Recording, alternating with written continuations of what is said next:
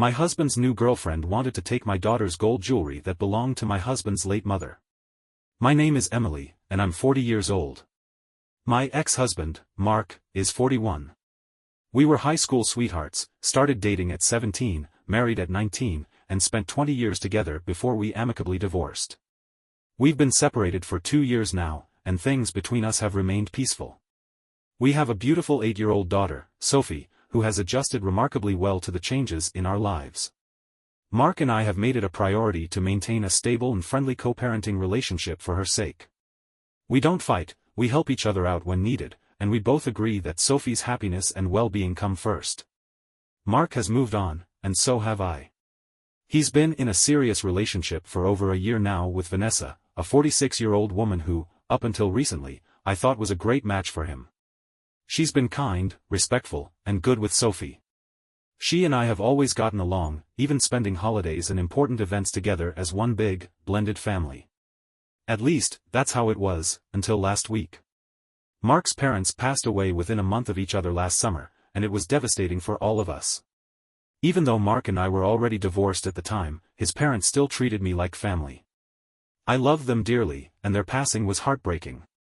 When they died, their belongings were divided among their children and grandchildren. Mark's mother had an extensive jewelry collection, some of it was costume jewelry, but a good portion was fine jewelry with significant sentimental and monetary value. The responsibility of dividing it up fell to Mark's sister, Laura, who carefully sorted through everything and sent pieces to the intended recipients. Last week, a package arrived at my house, addressed to Sophie. Inside was a selection of jewelry from her grandmother, along with a letter explaining that these were meant to be passed down to her when she was older. It was a beautiful gesture, and I immediately called Mark to let him know about it.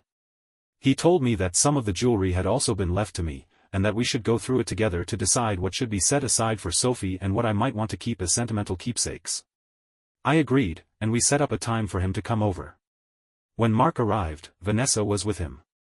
I didn't mind, she had always been supportive, and given how emotional the situation was, I figured her presence might be comforting to him. But as we started sorting through the jewelry, I realized something was off. We carefully unwrapped each piece, memories flooding back with every delicate necklace and sparkling ring. Some of the items were sentimental more than valuable, old costume jewelry that Sophie could have now. Others, however, were clearly heirlooms, valuable pieces that were meant to stay in the family for generations.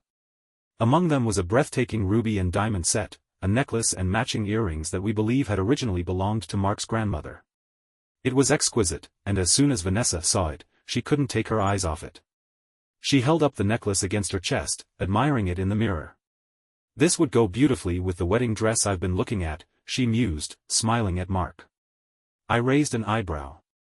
Wedding dress? They weren't even engaged. At least, as far as I knew. But I let it slide, assuming she was just daydreaming out loud. She continued, running her fingers over the rubies. "Even if not for a wedding, I have a couple of formal events coming up. This would be perfect for a night out." Mark didn't respond. He simply stared at the jewelry in her hands, his face unreadable. After a moment, she sighed and set the necklace back down. I took that as my cue.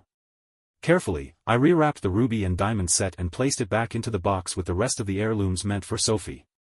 Vanessa didn't say anything else at the time.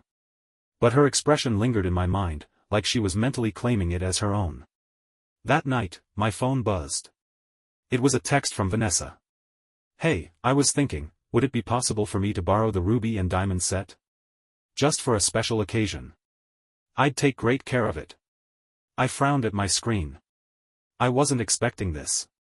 Borrow it? This wasn't some necklace from a department store, it was a family heirloom meant for my daughter. I replied politely but firmly. "I don't think that's a good idea. The jewelry is meant for Sophie when she's older, and I want to keep it safe for her." I thought that would be the end of it. It wasn't. Over the next few days, she messaged me several times, asking again and again. At first, she tried to be charming. "I promise I'd return it right away. You wouldn't even notice it was gone." Then she tried to appeal to my sympathy. It would mean so much to me to wear something from Mark's family. I never got to meet them, and this would make me feel closer to them. And when that didn't work, she turned hostile. "You're being selfish. You're divorced from Mark, so you don't have any real right to that jewelry. I don't see why you should get to decide who wears it. That one made my blood boil. But the worst was yet to come. Vanessa's messages didn't stop. If anything, they became more aggressive. After her initial requests to borrow the ruby and diamond set were denied, she started trying different tactics. First, she attempted to guilt-trip me. This isn't just about me, she wrote one evening. It's about honoring Mark's family. I never got to meet them, and wearing something that belonged to his mother would make me feel connected to them. Don't you think that's important? I ignored the message. The next day, she tried a different approach, manipulation. You're holding on to that jewelry like it's yours, but it's not. Mark and I are going to get married, and when we do, what's his will legally be part of our marital assets. That includes family heirlooms. You can fight this now, but you're only delaying the inevitable. That one stopped me in my tracks. First, because of the assumption, Mark and Vanessa weren't even engaged, yet she was already talking like she had a legal claim over his family's possessions. Second, because it reeked of entitlement, as if she believed that simply by marrying Mark, she would be entitled to everything connected to his past, including heirlooms meant for his daughter. I took a deep breath before replying. That's not how this works. The jewelry was left to Sophie. Mark and I both agreed it would be kept safe until she's older. This isn't a discussion. Vanessa's response came within minutes. You just want it for yourself. That's when I realized she wasn't going to stop. And worse, Mark was saying nothing. I had assumed that Mark wasn't aware of Vanessa's persistence. But after a week of these texts, it became clear that wasn't the case. At first, I debated whether or not to tell him. Would it cause unnecessary drama? Would it create tension between them? I didn't want to get in the middle of their relationship, but at the same time, I was tired of being harassed. And the more I thought about it, the more I realized, Mark needed to know who he was dealing with. So I decided to talk to him face to face. Mark came by the house during his lunch break. Vanessa wasn't with him, which I took as an opportunity. I need to talk to you about something, I said, keeping my tone neutral. It's about the jewelry. Immediately, his expression darkened. What about it? I hesitated for a second before handing him my phone. Vanessa has been messaging me. A lot. I didn't say anything else. I didn't need to. I let him scroll through the messages himself. At first, his face remained neutral. Then his brows furrowed. Then his jaw clenched. By the time he reached the last message, the one about the jewelry eventually becoming part of their marital assets, his knuckles had gone white around the phone. What the hell is this? He muttered under his breath. I was hoping you could tell me. For a long moment, he said nothing. Just stared at the screen. Finally, he let out a heavy sigh and rubbed his temple. I had no idea she was doing this. I crossed my arms. Well, she has been. And it's starting to feel like harassment. I don't understand why she's even bringing up marital assets, he muttered. We're not even engaged. So that part isn't true? Of course not. He shook his head. I mean, we've talked about marriage, but it's not like we have any plans set in stone. I let out a slow breath, relieved that at least one of my concerns had been unfounded. But it didn't change the fact that Vanessa had been acting like she already owned part of his past. I need to be clear about something, Mark, I said, my voice steady.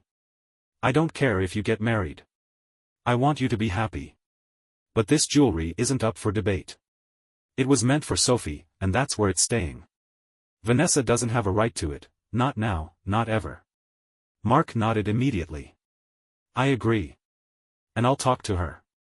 I could tell he was frustrated, and a part of me felt bad for him. He looked genuinely blindsided by Vanessa's behavior. Still, that didn't change the fact that he needed to handle it. Because if he didn't, I would.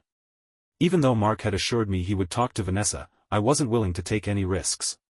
That night, I took action. The jewelry had been sitting in a lockbox in my house, one that both Mark and I had keys to. That had always been fine before, but now? I didn't trust that Vanessa wouldn't try something. The next morning, I went to a local bank and rented a safe deposit box. Not at the bank where I normally do business, somewhere separate, where no one would think to look.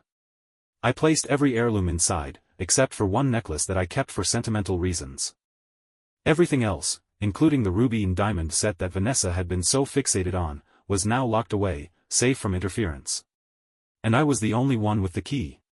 It wasn't a decision I made lightly, but I felt an overwhelming sense of relief knowing that no one could access them now. A few days passed.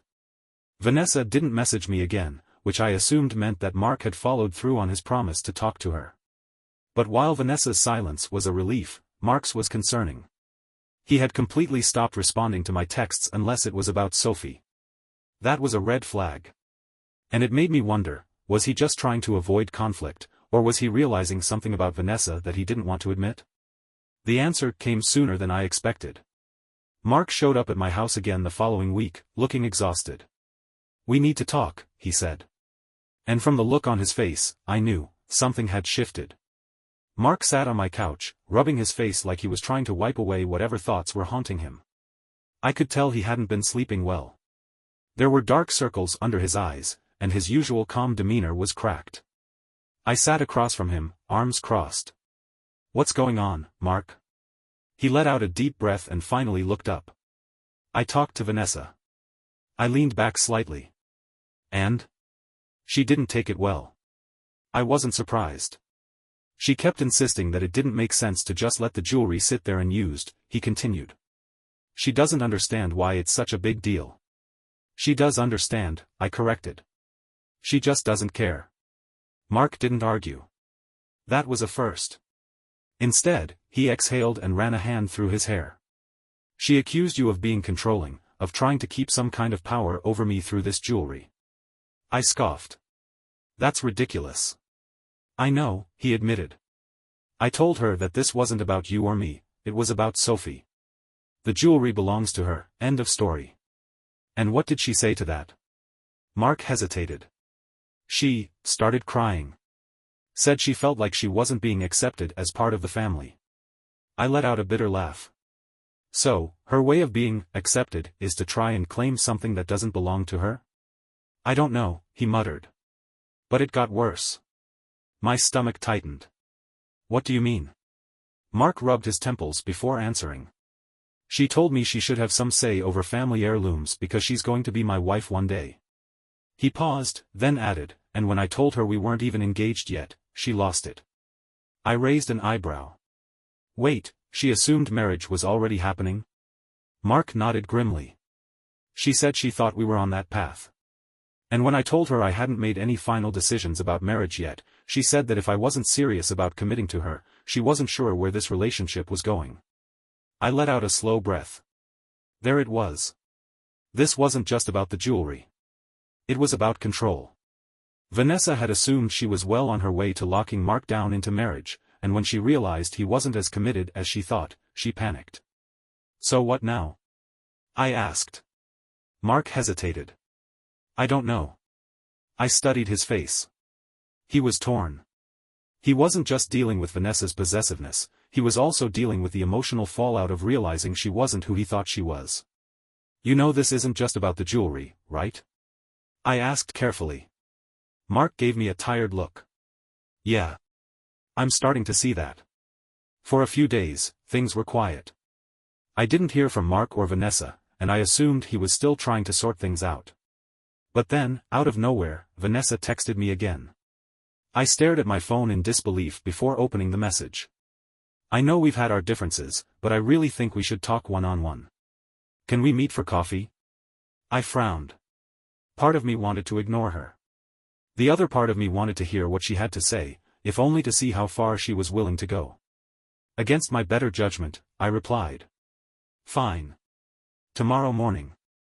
10 a.m. at the coffee shop on Main." I figured a public place was the safest option. The next morning, I walked into the cafe and found Vanessa already sitting at a table, stirring her coffee like she was trying to build up the courage to speak. I sat across from her and waited. She glanced up at me, her expression unreadable. "I just want to clear the air." I raised an eyebrow. "Do you?"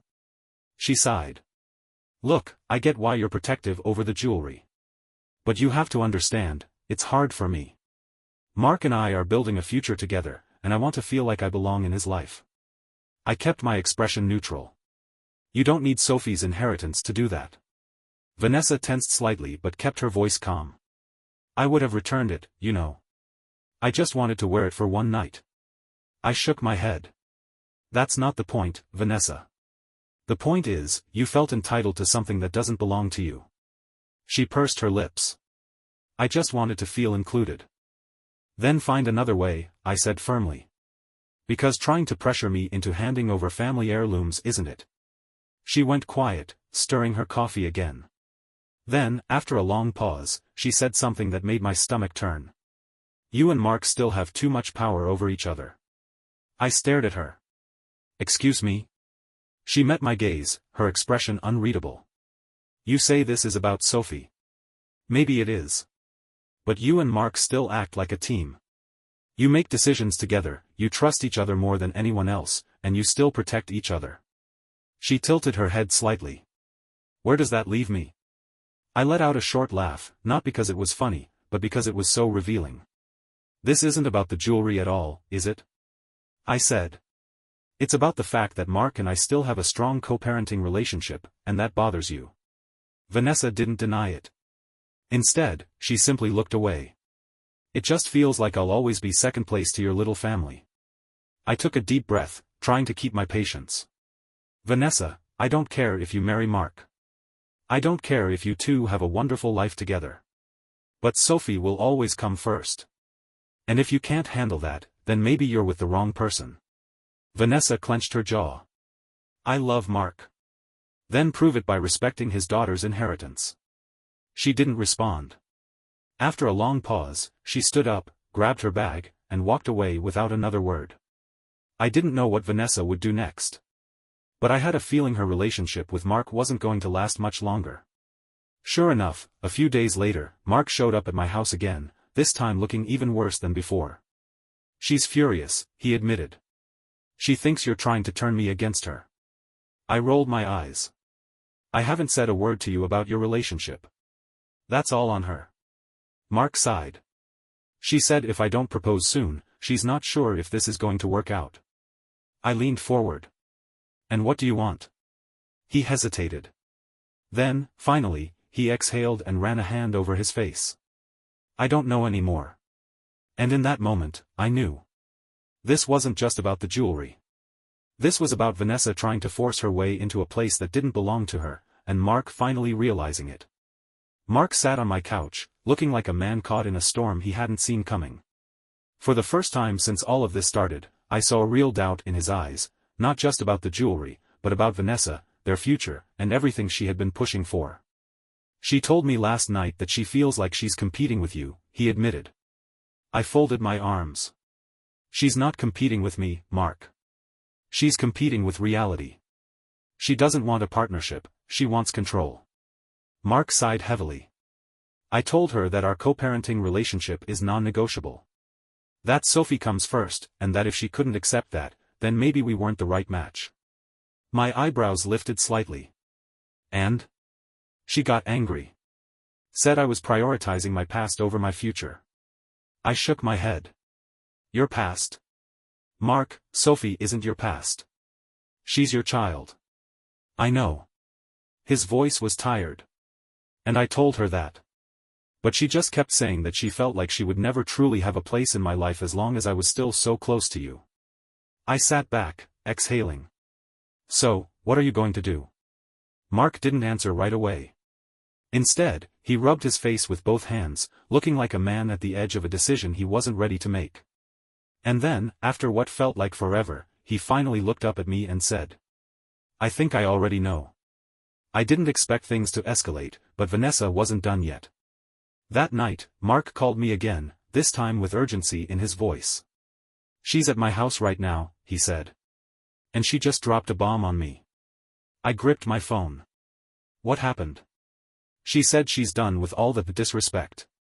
That if I can't set boundaries with you and stop letting you control things, then she's walking away. I blinked. Wait, she's trying to make you choose? Basically.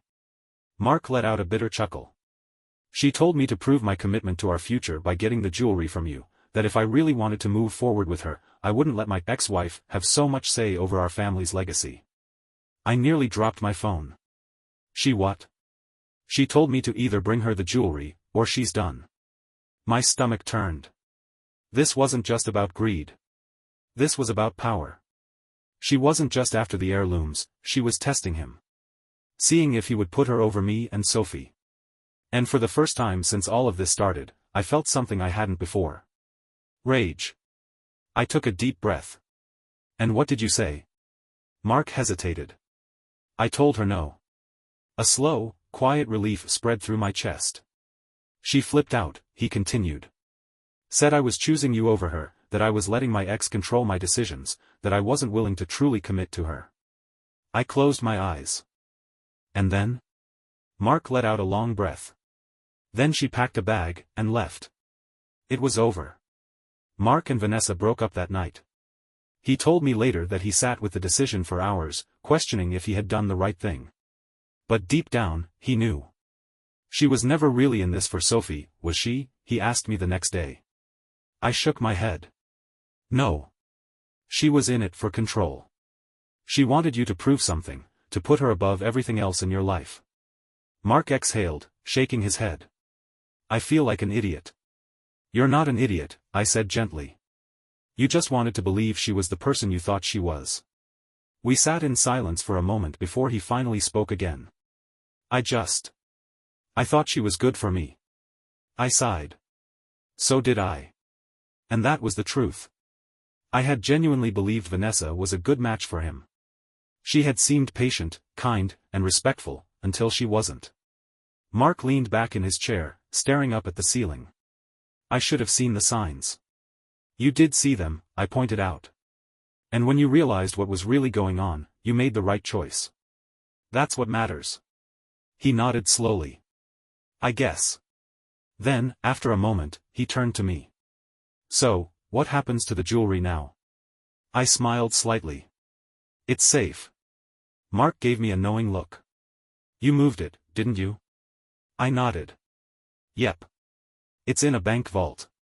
No one but me has access to it. Mark chuckled. Smart. Then, more seriously, he said, I appreciate you protecting it, for Sophie. I nodded. I always will. Because at the end of the day, that was the only thing that mattered. Not Vanessa. Not her manipulation. Not her desperation to stake a claim in a family that wasn't even hers. What mattered was Sophie's future. And no one, not Vanessa, not anyone, was going to take that away from her. Update 1. A few weeks passed. Mark seemed lighter, freer, like a weight had been lifted off his shoulders. Vanessa didn't try to contact him again. She was gone, just like that. And while Mark was hurt, I knew deep down that he would be okay. One evening, as Sophie and I were getting ready for bed, she looked up at me and asked, Mommy, do I really get to have Grandma's jewelry when I'm older? I smiled and kissed her forehead. Of course, sweetheart. It's all yours. And when you're ready, I'll tell you all about each piece, who they belong to, the stories behind them. She grinned. I can't wait. And neither could I. Because unlike Vanessa, I knew that some things aren't meant to be claimed, they're meant to be cherished. And Sophie would cherish them, just like her grandmother did. Just like they were always meant to be. Thank you for watching the video, like it if you watched the video to the end and don't forget to subscribe, have a nice day.